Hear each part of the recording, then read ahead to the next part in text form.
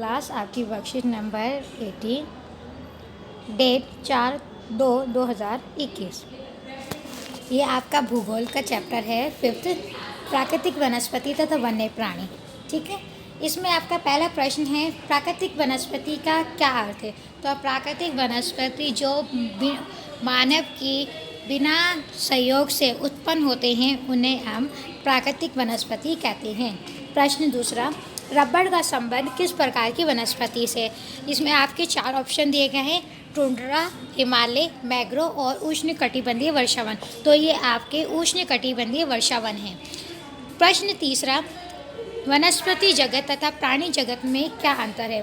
वनस्पति जगत जो आपकी वो वनस्पति जो मानव के द्वारा विलुप्त हो चुकी है उन्हें वनस्पति जगत कहते हैं, और प्राणी जगत भी जो मानव के हस्तक्षेप से प्राणी जगत विलुप्त हो रहे हैं उन्हें हम प्राणी जगत कहते हैं।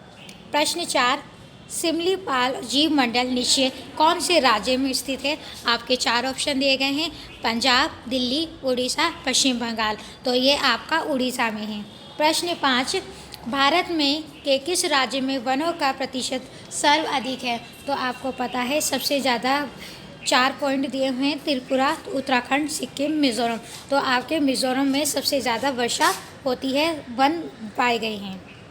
आपका छठा प्रश्न अनुच्छेद है, जिन क्षेत्रों में 70 सेंटीमीटर से कम वर्षा होती है या प्राकृतिक वनस्पति में कटीले वन तथा झाड़ियाँ पाई जाती हैं, इस प्रकार की वनस्पति देश के उत्तर पश्चिमी भागों में पाई जाती है, जिसमें गुजरात, राजस्थान, छत्तीसगढ़, मध्य प्रदेश, उत्तर प्रदेश तथा हरियाणा के अर्ध शुष्क क्षेत्र सम्मिलित हैं। अक्सिया, खजूर तथा नागपनी जैसे यहाँ के मुख्य पादप प्रजातियाँ हैं। इन वनों में वृक्ष बिखरे हुए होते हैं। इनकी जड़ें लंबी तथा जल की तलाश में चारों ओर फैली होती हैं। पत्तियाँ प्राय छोटी होती है जिनसे वाष्पीकरण कम से कम हो सके। सूक्ष्म भागों में झाड़ियाँ और कटीले पदार्थ पाए जाते हैं। प्रश्न आपका पहला है, भारत में किन राज्यों में मरुस्थलीय वनस्पति पाई जाती हैं। तो आपको पता है कि आपके उत्तर पश्चिमी भागों में आपकी मरुस्थलीय वनस्पति पाई जाती हैं। प्रश्न दूसरा, मरुस्थलीय वनस्पति कितनी वार्षिक वर्षा वाले क्षेत्र में पाई जाती है।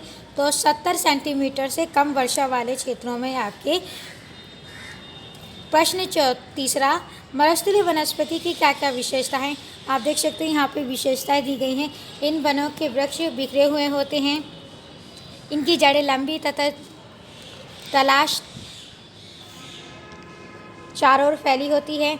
पत्तियाँ प्राय छोटी होती है, इनसे वाष्पीकरण कम से कम हो सके। शुष्क भागों में ये झाड़ियाँ और कटीले पदार्थ पाए जाते हैं। ये आपका यहाँ से लेकर आपका यहाँ तक का आंसर है। प्रश्न चौथा, मरुस्थलीय वनस्पति में कांटे अधिक होने के क्या कारण है।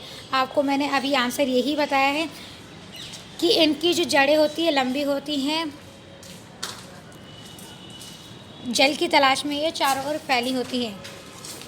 प्रश्न 7वां, हमारे देश में मुख्यतः किस प्रकार की प्राकृतिक वनस्पति पाई जाती है। भारत में 5 प्रकार की प्राकृतिक वनस्पति पाई जाती है, उष्णकटिबंधीय वर्षावन, पर्णपाती वन, मैंग्रोव वन, कटीले वन और पर्वतीय वन।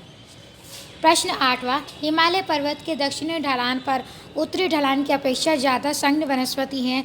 एक तो आपका सूर्य की रोशनी, अगर सूर्य की रोशनी बराबर मिलती है तो जो हमारी प्राकृतिक वनस्पति है उनका प्रजनन या उनको विकसित होने में सहयोग देती है। दूसरा आपका तापमान भी निर्भर करता है कि वनस्पति किस तरह से अधिक हो।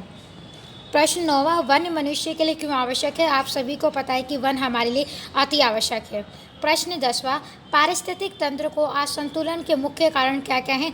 आपको बताना है कि पारिस्थितिक संतुलन के मुख्य कारण एक आपका मानवीय कारण हो सकता है कि मानव ने अपने विकास हेतु अनेक ऐसी प्रजातियों का विनाश कर दिया है जिससे कि हमारी पारिस्थितिक तंत्र में असंतुलन हो गया है। सभी बच्चे रिवर्ट बैक जल्द से जल्द करेंगे।